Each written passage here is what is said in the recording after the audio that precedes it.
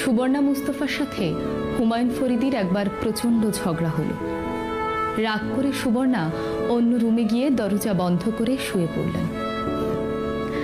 পরদিন সুবর্ণা দরজা খুলে দেখেন যে রুমে ঝগড়া হয়েছিল সেই রুমের মেঝে থেকে ছাদের দেয়াল পর্যন্ত একটি কথাই লিখে ভরিয়ে ফেলা হয়েছে, আর তা হলো, সুবর্ণা, আমি তোমাকে ভালোবাসি।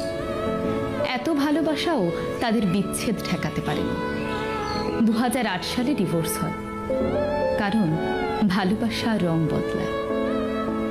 জীবনানন্দ দাশ লিখেছিলেন, প্রেম ধীরে মুছে যায়, নক্ষত্রেরও একদিন মরে যেতে হয়। সেই জীবনানন্দ দাশকে একবার দেখে বিয়ের পিঁড়িতে বসেন লাবণ্যপ্রভা।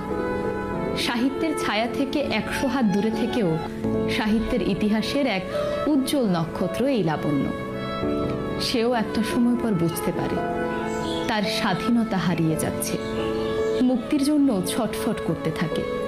দুর্বিষহ হয়ে ওঠে তাদের জীবন। আসলে প্রেম ধীরে মুছে যায়। গুলতেকিন নামের ক্লাস 10-এর সেই কিশোরী হুমায়ুনের প্রেমে অন্ধ হয়ে তাকে বিয়ে করে ফেলে, কিন্তু বিয়ের পর জানতে পারে লেখক হুমায়ুন মানুষ হিসেবে খুবই সাধারণ।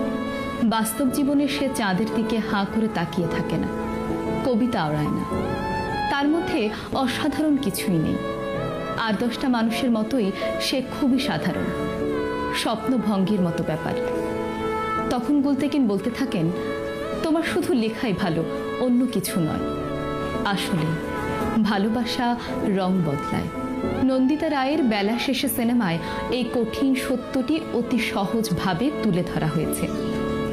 হাতের উপর হাত রাখা খুব সহজ, কিন্তু সেই হাত সারা জীবন বয়ে বেড়ানো খুব একটা সহজ নয়।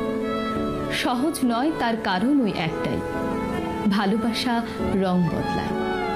প্রেম ভালোবাসার সহজলভ্যতার এই পৃথিবীতে দুর্লভ দুটি জিনিস হলো মনের মানুষ এবং মানুষের মন। এ দুটোর উপর বিশ্বাস থাকা ভালো এবং উচিত বটে, তবে শুধুমাত্র নিজের মাঝে।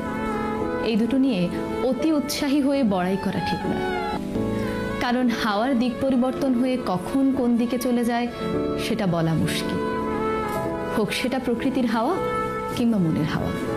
কারণ ভালোবাসা রং বদলায়।